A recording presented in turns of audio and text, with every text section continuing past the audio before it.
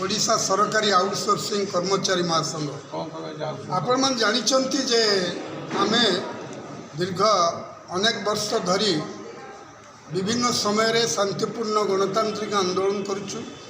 ओडिशा रे काम करुवा लक्ष लक्ष असहाय आउटसोर्स कर्मचारी पेट पाचड़ दायर विगत सरकार आमर दुईटी दफारे 25-50% बढ़ई जहाँ अद्यावधि अनेक विभाग को मिलनी से कथा आम बारंबार सरकार को नुआ सरकार को आकुल आवेदन करी आसुचु।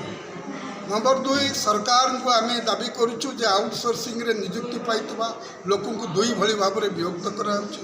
गोटे आउटसोर्स पुणी गोटे डेली वेजेस कौन पाई करा जाइछि आम जानी ना। सरकार भी कहि पाउना कि से बाबद कौन निर्दिष्ट निर्देशावली नथला बेले सरकार मन इच्छा आम लोक मान को दुई प्रकार व्यवहार कर सबुठारु मुख्य दाबी आमको स्थायी करा जाऊ। आपण माने अतीत बैकडोर आसवा आडक एम्प्लॉय मान को स्थायी कले आपण माने डेली वेजेस काम करुवा लोक को स्थायी कले।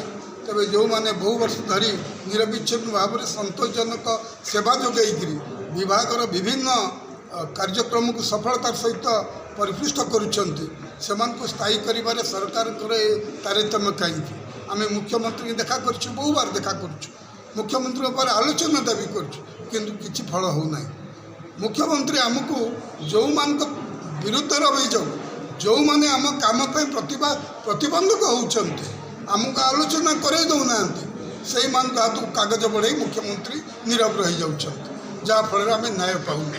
तेणु आसंता काली 12 तारिख दिन समग्र ओडिशार विभिन्न जिले आमर कर्मकर्ता माने दाबीपत्र देवे मुख्यमंत्री उद्देश्य जिलापाल मार्फत 17 ରୁ 21 आमर कला बैच परिधान हम एवं 24 रे विशाल गण आंदोलन हम।